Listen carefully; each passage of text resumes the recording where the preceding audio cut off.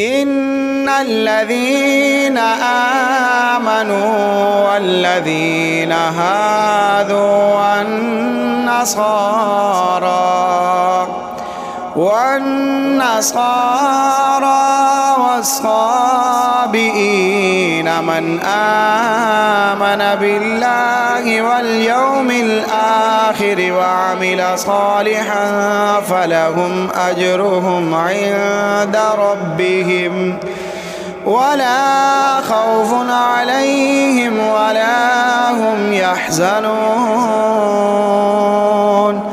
وإذ أخذنا ميثاقكم ورفعنا فوقكم الطور خذوا ما آتيناكم بقوة واذكروا ما فيه لعلكم تتقون ثم توليتم من بعد ذلك فلولا فضل الله عليكم ورحمته لكنتم من الخاسرين ولقد علمتم الذين اعتدوا منكم في السبت فقلنا لهم كونوا قردة خاسئين فجعلناها نكالا لما بين يديها وما خلفها وموعظة للمتقين وإذ قال موسى لقومه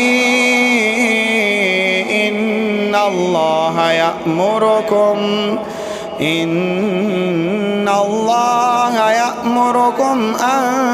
تذبحوا بقرة قالوا أتتخذنا هزوا قال أعوذ بالله أن أكون من الجاهلين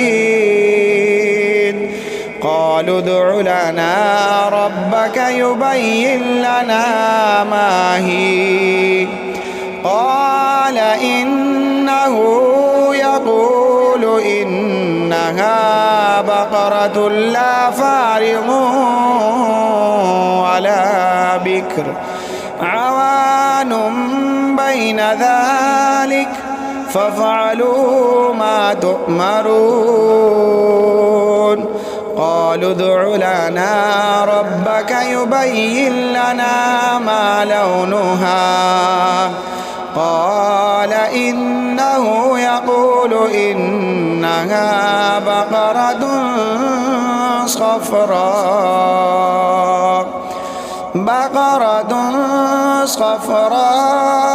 فاقع لونها تسر الناظرين قالوا ادع لنا ربك يبين لنا ما هي إن البقرة شابه علينا وإنا إن شاء الله لمهتدون قال إنه يقول إنها بقرة لا ذلول تثير الأرض ولا تسقي الحرث مسلمة لا شية فيها